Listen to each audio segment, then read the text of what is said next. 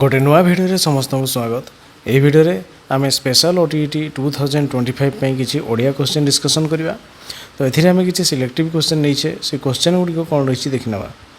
तो fast question हो कही बोली पारे जे डैश बिके से। ऑप्शन में अच्छी पचा कखारू ना पचा चिंगुड़ी ना पचा आड़ू ना पचा परिबा। कही बोली पारे जे डैश बिके से तार आंसर हो कौन ना कही बोली पारे जे पचा चिंगुड़ी बिके से। पचा चिंगुड़ी ऑप्शन बी हो राइट आंसर। यहाँ 2 नंबर वाक्य आरंभ डैश पद रहे। कर्ता रहे ना कर्म रहे ना क्रिया रहे ना करण कारक। वाक्यर आरंभ साधारणतः कर्ता रुहे। ऑप्शन ए कर्ता हो राइट आंसर। यहाँ 3 नंबर वाक्य शेष डैश पद रहे। कर्ता ना कर्म ना क्रिया ना संबोधन पद। वाक्य शेष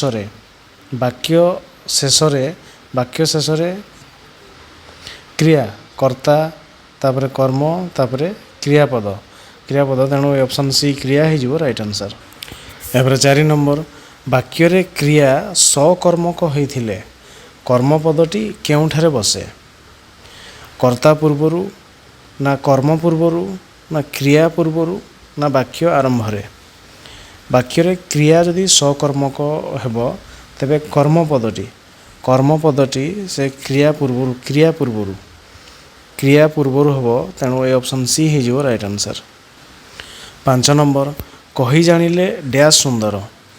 कथा सुंदर ना मथा सुंदर ना नथा सुंदर ना पथा सुंदर।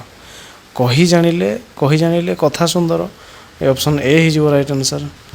यहाँ 6 नंबर एक बा एकाधिक पद मिलित होई मनर भाव को संपूर्ण रूपे प्रकाश कले कौन हुए। खंडवाक्य ना वाक्य ना उपवाक्य ना मिश्र वाक्य। एक बा एकाधिक पद मिलित होई मनर भाव को संपूर्ण रूपे प्रकाश कले आम ताकू वाक्य कहवा। वाक्य ऑप्शन बी राइट आंसर। यहाँ 7 नंबर वाक्य रे व्यवहार करा जाउथिबा पद गुड़िकर पारस्परिक संबंध को कौन कहा जाए।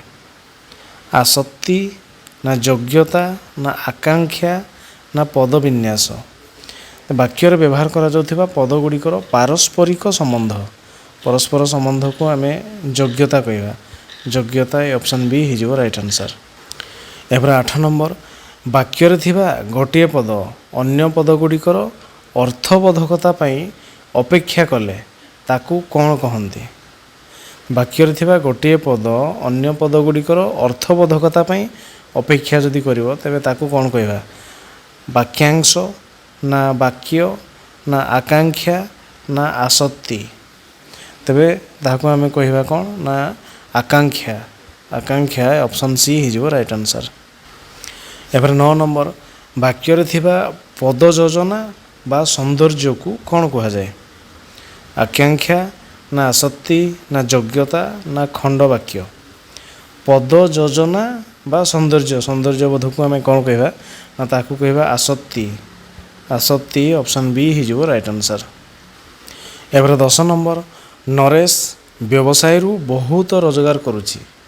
वाक्य थिबा अपदान कारक पदटी किए। नरेश ना व्यवसाय ना बहुत ना रोजगार। तेबे नरेश व्यवसाय बहुत रोजगार करुछि तेबे आमे देखिबा व्यवसाय एथिरे जो तेणु वाक्यर अपादान कारक होछि कोन ना व्यवसाय ए ऑप्शन बी हो राइट आंसर। द्वारा देई एगुड़ा सब अपादान कारक ए ऑप्शन बी हो राइट आंसर। एपर 11 नंबर शिक्षक छात्रटी को बहीटीए देले। वाक्य थिबा संप्रदान कारक पदटी निम्नरु बाछ। शिक्षक छात्रटी को बहीटीए देले तो एथिरे आमे संप्रदान कारक शिक्षक ना बहीटीए ना छात्रटी को ना देले तेबे यार आंसर हो कौन ना कू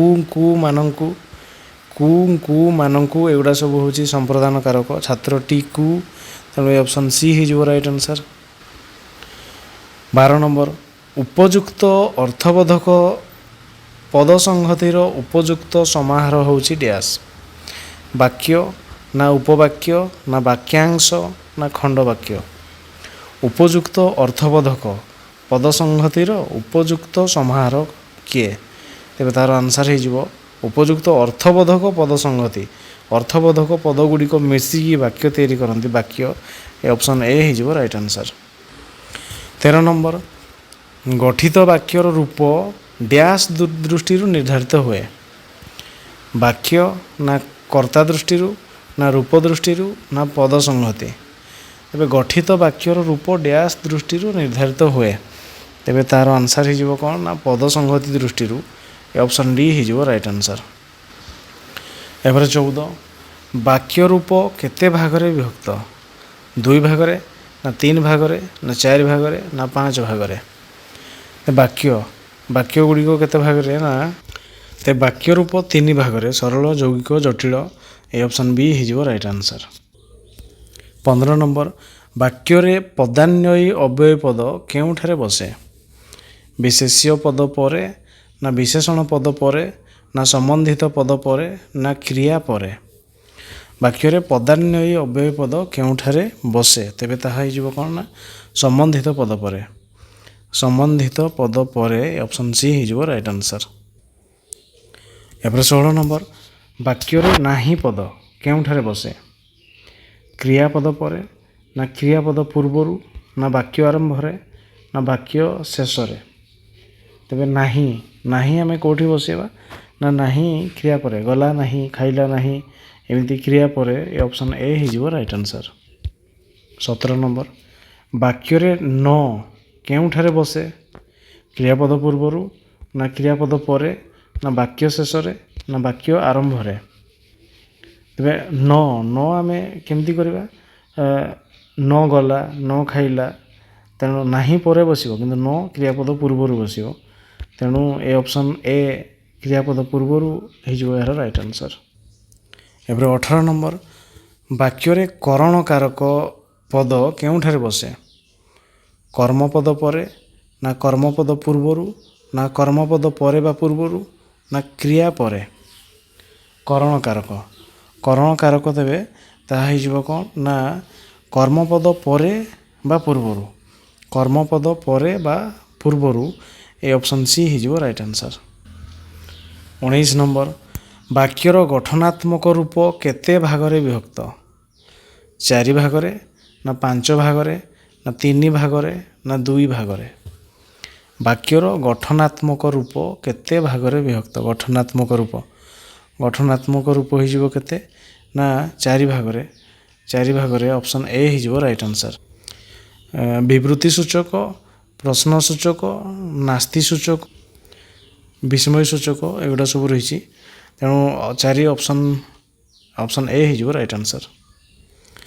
ଏହାପରେ 20 ନମ୍ବର, ବାକ୍ୟର ପ୍ରକାର୍ଯାତ୍ମକ ରୂପ କେତେ ଭାଗରେ ବିଭକ୍ତ?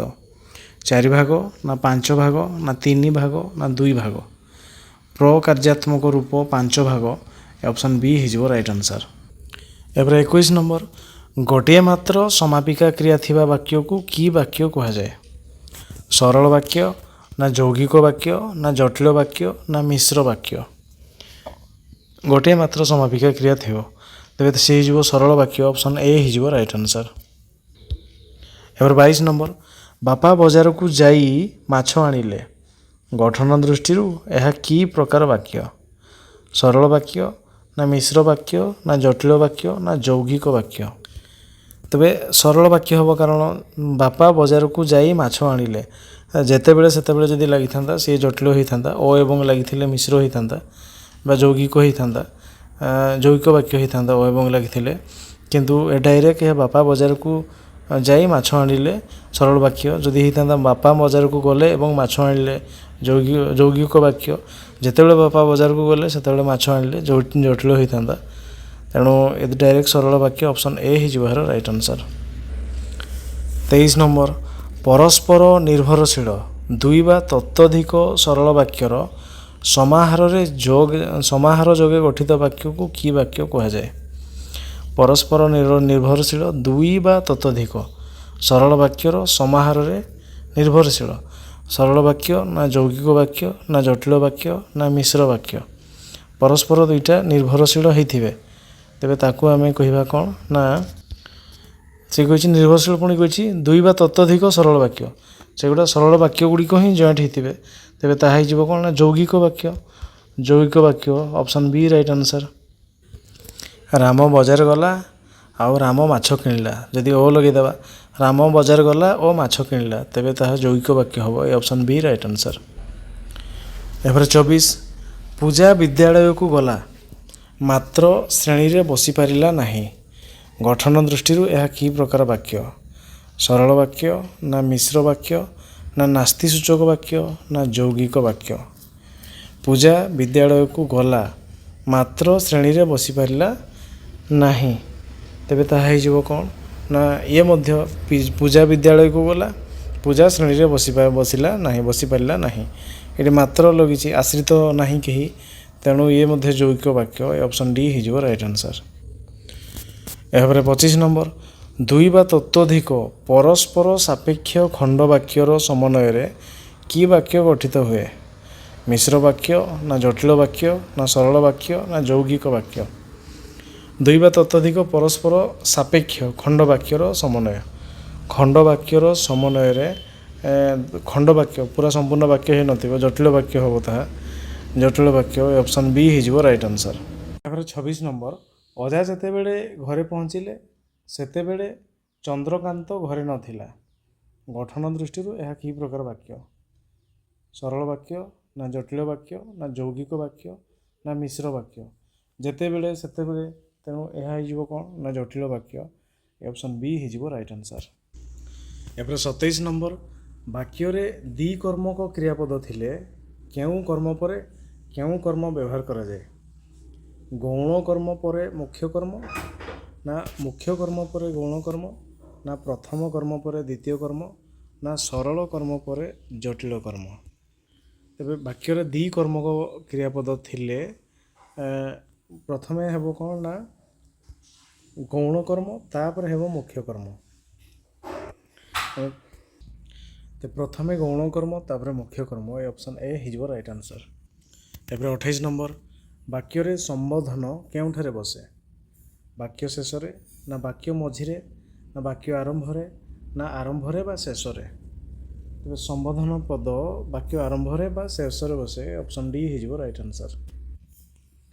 एपर 29 वाक्य रे विशेष्य पद पूर्वरु केउ पद बसे सर्वनाम ना क्रियापद ना विशेषण पद ना अव्यय पद। विशेष्य पद पूर्वरु विशेषण पद बस पार फूल किंतु सुंदर फूल ये ऑप्शन सी विशेषण हो राइट आंसर। 30 नंबर वाक्य रे संबंधित पद पूर्वरु केउ पद बसे विशेष्य पद ना क्रियापद ना विशेषण पद ना अव्यय पद तेरे विशेष्य संबंधित पद पूर्वरु अव्यय पद बसिबो ए option D right answer. 31 number वाक्य रे बेड़े बेड़े अधिकरण कारक पद को केउठारे रखा जाए अधिकरण कारक पद को केउठारे रखा जाए वाक्य शेष रे ना वाक्य आरंभ रे ना वाक्य मझिरे ना वाक्य मध्य रे अधिकरण कारक पद को केउठी रखा जाए तेरे तार आंसर हिजिबो वाक्य आरंभ रे option B right answer. 32 number गुरुत्व आरोप पाई जे कोनोसी पद वाक्य रे केउठारे बसे वाक्य आरंभ रे ना वाक्य शेष रे ना मझिरे ना जे कोनोसी स्थान रे गुरुत्व आरोप पाई जे कोनोसी पद वाक्यर केउठारे बसे तेबे यार आंसर हिजिबो कोन ना वाक्य शेष रे ऑप्शन बी हिजिबो राइट आंसर। 33 वाक्य रे गुरुत्व आरोपण पाई थिबा वाक्यांश केउठारे बसी पारे वाक्य आरंभ रे ना वाक्य शेष रे ना मध्य भाग रे ना जे कोनोसी स्थान रे गुरुत्व आरोपण पाई थिबा वाक्यांश ताहले कोठी बसियो ताहा हिजिबो वाक्य आरंभ रे ए ऑप्शन ए हिजिबो राइट आंसर। 34 नंबर समस्त वाक्यर समापिका क्रियायुक्त अंशटी को डैश कहा जाए वाक्य ना खंड वाक्य ना वाक्यांश ना उपवाक्य समस्त वाक्यर समापिका क्रियायुक्त अंशटी को खंड वाक्य कह ऑप्शन बी हिजिबो राइट आंसर।